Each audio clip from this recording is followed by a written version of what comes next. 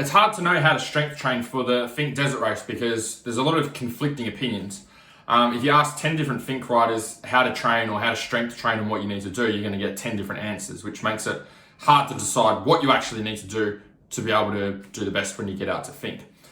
So you've got some people that say do lots of cardio, lots of long distance cardio, lots of running, lots of rowing, lots of stuff for long periods of time. You got other people saying gym work doesn't matter, you just need to be able to ride lots and get on the bike all the time and do hours and hours of riding. You've got other people that are saying, okay, gym work is important, but don't want to go heavy. Make sure you use light weights for high reps because you want to work on your endurance and it's going to take you 3 hours for Finke, so that's what you want. So this video is going to go through why strength training is important, and then also at the end, I'm just going to give you 3 different exercises that you can start to implement into your training to help you develop the right type of strength for your riding. So the first reason that strength training is important for Finke is because you've got 2 different weights that you're actually moving. You've got your body weight on one side, and you've also got your rider weight and bike weight. So if you've got a bike that weighs at a minimum 100 kilos, and then you've got your rider weight at say 90 kilos, that's a total of 190 kilos. So when you're doing speeds of 110, 20, 30 plus for a long period of time, so let's say 3 hours, you need to have strength there to be able to muscle that bike around for that period of time. And if the worst case scenario does happen and something gets a little bit untidy, you want to be able to have the strength there to be able to correct that and get things back on track so you can keep going and not end up on the floor. I'm going to get into the 3 exercises in a minute. For those of you that are new to the channel, my name is Andrew Hammer. Struggled with riding and racing fitness for about 14 seasons of racing.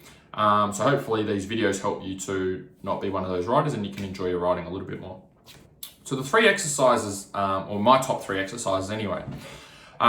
First one is the back squat. So a back squat is a squat with a weight bar on your back, okay? And you load up the weights on each side.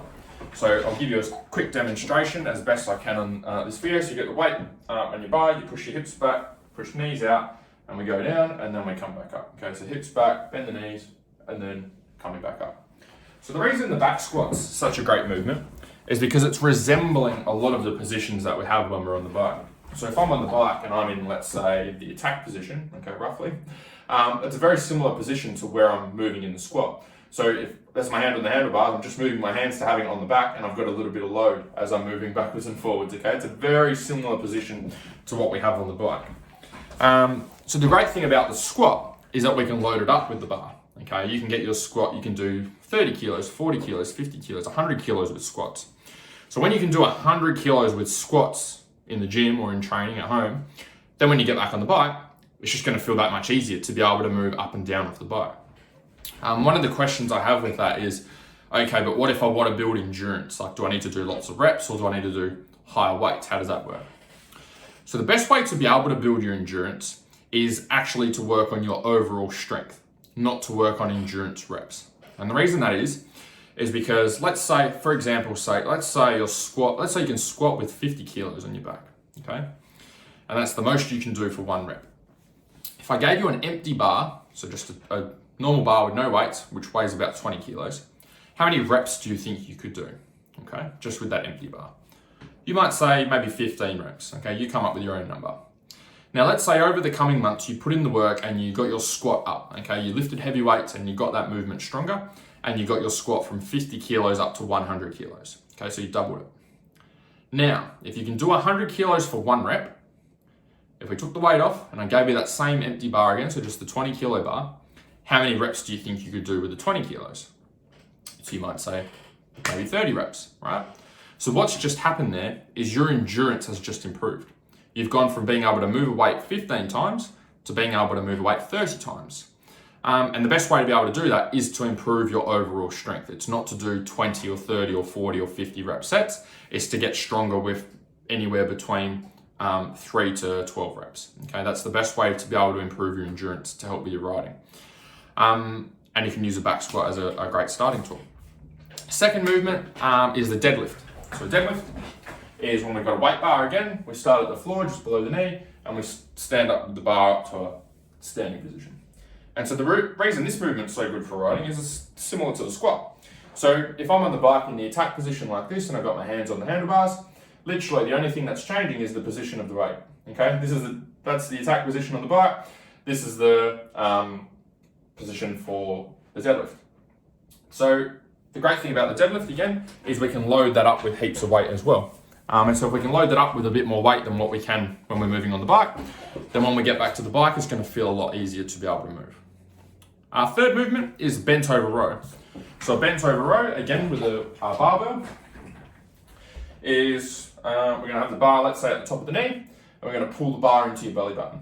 Okay, back down to the knee. Into your belly button, back down to your knee. Into the belly button, back down to your knee. And so again, the reason that movement's so great for being able to help us on the bike is if I'm in this position here, let's say I'm in the rough attack position on the bike, same position. All I'm doing is moving my hands in, okay, over here to the top of the knee to be able to move the weight in. So anytime, what we want to do is we want to try and make sure that positions we use in our training are as close as they can be to what's happening on the bike. We're not trying to do the exact same position on the bike. We're trying to use weight training movements that are as close as we can get to what's happening on the bike. And the reason that that's important to use weight training movements and not just go and ride all the time is because we can develop strength a lot quicker in the gym because we can load the weights up. When we're on the bike, we can't change the load of the bike. We can't change the load of our body weight. It is what it is. But when we're in the gym, we're in a controlled environment and we can slowly add weights on each week and get ourselves stronger and see a high level or higher level of transfer from our gym training over to riding the bike on the weekend. So quick recap for those three is we've got the back squat with the bar, we've got the deadlift with the bar, and we've got the bent over rows with the bar. Okay, they would be my top 3 exercises to get started with. But the main thing is making sure that you're using the right exercises to help you with your training so that you're not wasting your time doing stuff that doesn't work.